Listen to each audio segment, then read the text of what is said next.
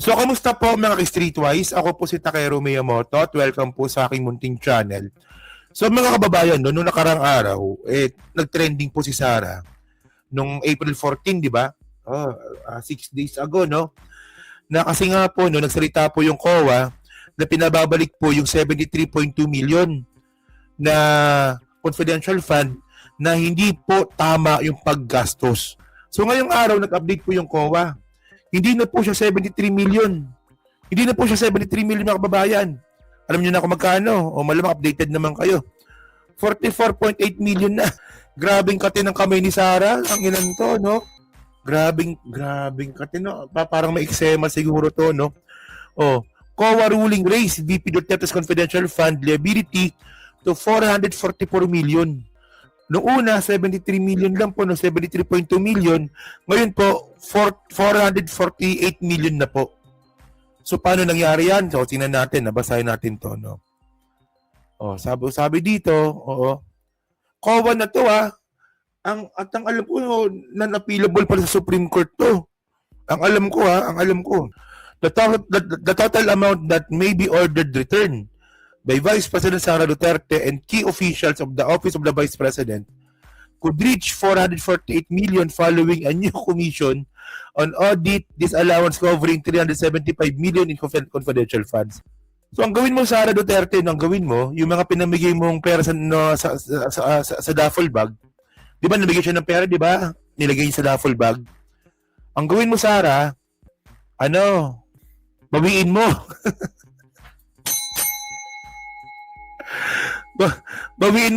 Bawiin mo sa kanila. Sino ba yung mga nabigyan mo? Si Martires. Di ba si Martires nabigyan mo? Nabigyan mo rin ata si Nolasco. Sila Chica nabigyan mo din. Si Madriaga singilin mo. Baka ibalik ni Madriaga. Bawiin mo sa kanila. Ayan ko ba dito? No, grabe, no?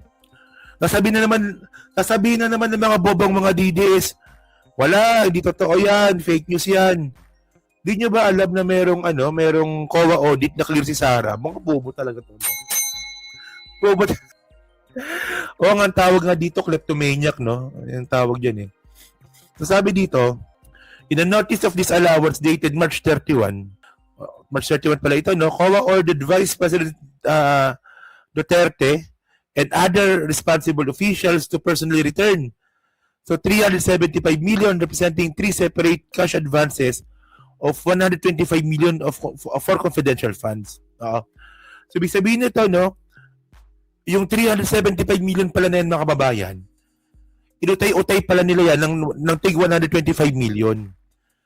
So ibig sabihin nun, every 125 million, merong receipt yan. Merong hiwalay na audit yan. Lahat po ng 125 million po na yan, lumalabas tatlo, di ba? Tatlong 125 million, lahat po yun disallowed. Puta. Grabe, no? Alam niyo, malinaw ito mga kababayan, eh. Tingnan niyo ito, ha. Nung kinuha po ni Sara Duterte yung confidential fund po na yan, naka-mindset na yan kung saan niya ipapadala. Nakahati-hati na yan. Na ito para kay ganyan, ito para kay ganito. No, ito para sa ganito. Di ba? Ito para kay ganito. Naka-mindset na yan. So, ibig sabihin, pag ganun po kasi, may tendency po talaga na matagal niya na ginagawa yan. Baka sa Davao City pala mga ka-streetwise, ginagawa na po ni Sara yan. Kaya nga dapat nga po, pati confidential funds sa Davao, dapat may imbestigan din po yun. Kung may pagkakataon. So, ayun na, mamaya papaliwanag ko yung 125 million na yan, no? So sabi dito, no, this comes on top of the earlier 73 million disallowed involving 2022 confidential fund, bringing the potential total exposure to 448 million. So ibig sabihin nito mga kababayan, na para di tayo malito kung bakit naging 448 million. So yung una 73 million. Okay na yon. Sure na yon yung 73 million. So ngayon, meron pong tatlong 125 million na nakuha si Sara sa confidential fund kasi hindi niya nakuha ng buo, eh. Utay-utay niya nakuha, eh. Tag 125 million, eh. So, tatlong 125 million plus 73 million ang lumalabas po, 444 million. Ganon. Tingnan nyo, kung makabati ko siya kay Presidente Bongbong Marcos, akala mo ang dami niyang ginagawa, tapos si PBBM yung tamad. Pero kita naman natin dito mga kababayan, no, na wala na nga siyang ginagawa, nagnanakaw pa. Pag nanakaw to, so, tinan nyo to ha. So ito, nakakuha tayo ng dokumento galing COA. Oh, ito, galing COA to, no? So March 31 pala ito, no? So ito gusto kong paipakita sa inyo. Yan, ito. So yung 375 million na nawawala mga kababayan, ito yon. Hinati sa tatlo. Yung 375. Oh, gets na. Ngayon mga kababayan, yung 375 million na yan, may hiwa-hiwalay na ano yan eh. Na LR. No, na liquidation report. Yan. May hiwa-hiwalay na LR yan, liquidation report. Tingnan nyo ha, lahat po ng liquidation report po ni Sara sa tatlong 125 million po na yan, lahat po yung disallowed. Inubos niya lahat. Oh. Yung tatlong 125 na yan, di ba? Hiwa-hiwalay niya nakuha. Hiwa-hiwalay na liquidation report. Lahat po disallowed lahat. Oh, di ba? Malupit. So alam ko pinangalanan dito yung mga kasabwat eh. Ito yung mga kasabwat, oh. Puta, dito ko nainis kay La Chica eh. Colonel La Chica eh. So, tinan nyo to ha. So, ito yung mga magbabayad. O paghatian nyo na. 444 million, no? At least, konti na lang babayaran ninyo.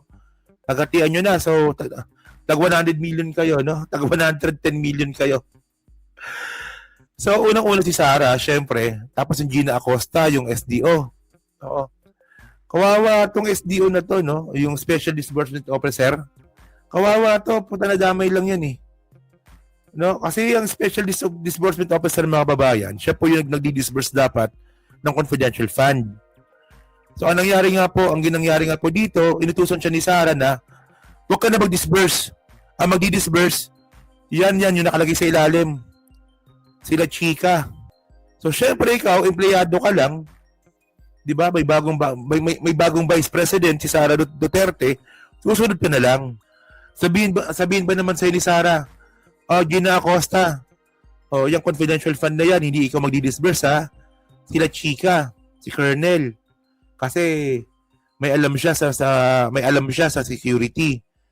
Huwag ka mag-alala, kung bahala sa iyo. O paano ngayon? Puta ka na. Oh. Magbabayad ka, sabi ng COA, at malupit dito dahil po dyan sa dokumento po na yan, puta, makakason ka pa ng plunder. Non-bailable case. Yan yung ginawa, tinan yung ginawa ni Sara. Yung Gina Acosta na nagtatrabaho lamang, no, sa accounting department ata siguro yan, no. Puta, nawala ng trabaho, makukulong pa dahil sa kagaguhan niya. O sa bagay, no, tao niya rin pala sa ano yan, no, nilipat niya lang pala yan si Gina Acosta, no. Bagay. Oo. So, ito yung payment of reward, 62 million. So dito ako natawa, 'di ba? Yung 62 million po na 'yan, no? Ito po yung yung mga binayad niya sa mga reward, sa mga piatos, no? 62 million. Lahat po disallowed. Puta, lahat disallowed mga kababayan. Kompleto 'to no? Oh. Okay, may pirma din pala, no? May Limel Ortonio pumirma pala dito. May nag-receive na pala. So I am not part of Vice President Inday Sac. So ngayon mga kababayan, no? Ayan, okay na. So, ang malupit dito mga kababayan, no? tulad nga ng sinabi ko nga kanina, tulad ng sinabi ko nga kanina, diba? Si Sara Duterte nga po bobo na nga, magdanakaw pa, no? Pero mga kababayan, no, kasi nga si Sara nga po, kahit nga po ganyan yan, may political capital po kasi. Meron siya political capital kasi Duterte apelyido eh. Kaya nga po, no, kahit po kahit na mas matalino, kumakapit kay Sara. No, kumakapit kay Sara. Kahit na alam nila na mas matalino sila kay Sara, parang si ano. Ito si Vic Rodriguez, mga kababayan, ito bobo lang to pero matalino. Hindi, si Vic Rodriguez, mga kababayan, matalino naman yan. O magaling na abogado yan si Vic Rodriguez, no? Yun nga lang talaga, umabuso eh. Umabuso tapos ano pa no, nangailan pa sa sugar importation nung panahon ni PBBM. Alam nyo, bastos talaga yan tong mga to, no? Hindi nyo ba napapansin mga kababayan, no? Hindi nyo ba napapansin na lahat po ng mga tinatanggal ni PBBM sa kanyang gabinete, merong graceful exit? Hindi nyo ba napapansin yon? Kasi alam naman po natin, di ba, si PBBM po, sa Briton yan eh. Sa Europe nag-aral yan eh. So, na-adapt niya nga po yung ugaling Briton. O, kaya nga po, kapag merong tinatanggal sa pwesto si PBBM, palaging graceful exit po yung mga yan. Buti pa nga si Clarita Carlos, di ba? Si Prof. Clarita Carlos. Alam niya na pinag-graceful exit siya, pero ngayon, in good terms siya, di ba? Suportado niya pa si PBBM. Hindi po katulad nito nila Trixie, nila Vic Rodriguez. Di ba pinag-graceful exit na nga mga kababayan? Di ba? Ngayon, kumakampi pa sa mga Duterte. Pero minsan, no, sa totoo lang, yung ganyang ugali ni PBBM na marespeto, good traits niya yan eh. Pero minsan din kasi, no, naabuso din po kasi sa totoo lang. Tingnan niyo, parang si Vic Rodriguez, mga kababayan. Ito yung mga taong hindi na dapat pinagbibigyan ng second chance. Ito na po yung mga tao na dapat hindi na po plagi graceful exit kasi bastos eh. So ang point ko dito mga kababayan, si Vic Rodriguez mga street boys, matalino naman yan.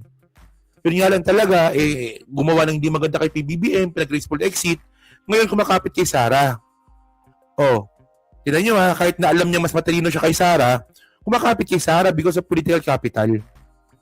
So tingnan nyo to. Kung paano niya ipagtanggol si Sara dito. Meron pa siyang nilalaman dito wala doon due process. Of Vice President Inday Sara's legal team sa impeachment. Mhm. But let me just put that in the proper context. Si VP Inday, simple lang naman ang sagot niya eh. Kung meron akong dapat panagutan, kagaya ng tatay niya, pananagutan niya. Pero, do not deprive me of Kagaya ng tatay niya, pananagutan niya, bugok mo. Walang yan nga, ayaw ko sumama kay Tory noon. Lumalaban pa nga. my constitutional right to what? To due process and equal protection of the laws. Yung due process, hindi lang yan yung procedural. Yung para lang masabing nag-comply ka. Kinakailangan ibigay mo rin sa kanya yung substantive aspect ng due process. It cannot be due process with yung wala yung isa doon sa dalawang twin requirement ng due process, yung procedural and substantive. Okay. Yung ginagawa nilang pagdinig ngayon sa hindi pagdinig kundi yung proceedings sa mababa. Tignan nyo so may sinasabi dito si Panot, si Panot Rodriguez, no? May sinasabi siya dito na meron daw dalawang yung tawag nito, yung due process. No, yung substance tsaka yung proseso, yan sinasabi niya, no. So mga kababayan, bobo ba to? Alam naman natin po no na kung due process na naman yung pag-uusapan, binigay po kay Sara yun na. Grabe kung ang tawag nga dito intellectual dishonesty tawag dito, no? Yung ginagamit yung talino para sa dishonesty na argumento. Binigay kay Sara yung yung due process Sino bang umayaw ng due process? Siya yung hindi tumanggap eh. Pero binigay sa kanya eh. Ano sinasabi nito ni Panot? Sige nga, tulingan natin. Sabi dito. Kapulungan sa Committee on Injustice. Alam ninyo, talaga grabe. Parang Committee on Justice. Committee on Justice. Ayan, si Jojo A. Huwag niyo ibabash yan, Kaibigan natin yan si Jojo A. Na ginagawa nila, ito'y paglabag sa ating saligang batas. Malinaw dyan 22 enumerations lang naman yung ating Bill of Rights, yung Article 3. Huwag mo nang basahin yung 2 to 22. Basahin mo lang yung number 1. No person shall be deprived of life, liberty or property without due process of law. Nor shall any person be denied equal protection of the laws. Huwag mo nang basahin yung 2 to 22. Grabe to, no? Tingnan nyo, Kung makaingin ng due process si Sara, akala mo, hindi binigay sa kanya. Hindi, sige. Kung ibalik natin sa kanya, yung mga namatay ba nung panahon ni Digong, ayun ba, may due process ba yon? Tapos hingi ka ng due process ngayon? Gusto ko ng due process, putang na. Paano yung mga namatay nung panahon ng Tokang? So, pero, by the way, no, ang tanong ba dito, totoo ba to?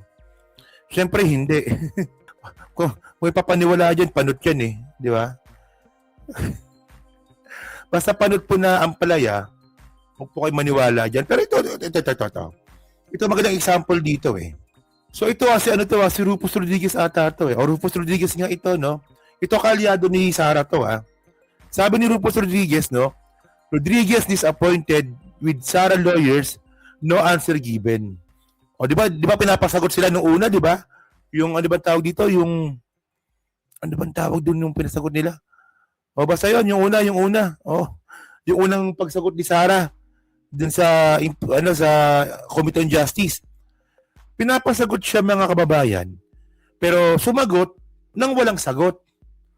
O parang sabi dito, no, tingnan nyo, sabi ni Rufus Rodriguez dito, in his manifestation during the House of Representatives Committee on Justice hearing on Wednesday, Rodriguez noted that Duterte's camp answer did not make a ground-by-ground counter-argument, which he believed should have been done. Tingnan nyo sumagot si Sara, pero yung laman po ng sagot niya, walang sagot. Sabi nga po ng kaalyado ni Sara, dapat sinagot nyo man lang sana yung pinapasagot sa inyo. Ayun ba, hindi ba due process yun? Yung pinapasagot sa inyo? Pinasagot kayo pero hindi kayo sumagot. Paano ba ma-explain yun, putang ni Sara? Pinapasagot sila, sumagot sila pero walang sagot. Oh. Ayun due process yun At least you get the point, ayan ng 16 lawyer. Ganyan kalupit ang 16 lawyer ni Sara. Ito yun, March 16 to, no? March 16, Vice President Sara Duterte files on Monday. March 16, their formal reply to the 2 impeachment complaints lodged against her before the House of Representatives. O, tingnan nyo, paano natin masasabing walang due process kung si Sara mismo sumagot sa impeachment complaint laban sa kanya? Kasi pag sinabi mong walang due process, hindi ka pasasagutin. Parang ginawa sa amin nung nagkasa sa amin. Warrant na lang bigla. Yung nagkasa sa amin mga kababayan, na yun ang walang due process. Kung sino man yung nagkasa sa amin, lupit, no? Di ba? Wala man lang subpoena, arrest warrant ka agad. Naalala ko na naman. Ayun ang walang due process yung nangyari sa amin. Di ba?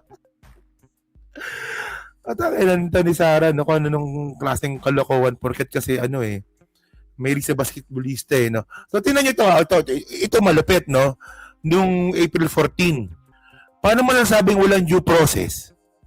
Kung naghihintay sila sa'yo para sumagot ka. Ayan pa, may upuan pa, Puta, kung ako nilagyan ko ng tamtax yan, para matusok yung puwet mo baho, Tingnan nyo, nagreklamo yung gagang Vic Rodriguez, no, tsaka si Sara Duterte na wala doon due process. Binibigyan ka nga ng upuan, no? Ayan, no, may upuan, no? Pinapasagot ka, Kaya ngayon, dinadaan na lang nila sa technicalities. Wala lang, technicalities, wala lang. Boring. Technicalities, wala lang. Si Sara, pinapasolin ng 448 million. Wala lang, technicalities lang. Ganun na lang. O si Sara, no? May disallowed na sa COA, no? Sure ball na yon. Wala lang, technicalities lang. Boring lang, di ba? Sinasabi ko So yun mga kababayan, no? So kayo po, naman sabi niyo nga po dito sa sa reklamo dito ni Sara na wala daw siyang due process. By the way. Yung 448 nga pala na pinababalik kay Sara, no? Yan. So naman sabi niyo nga po dito, so pa-comment na po sa baba, no? At binabasa ko pong lahat yan, no? Okay.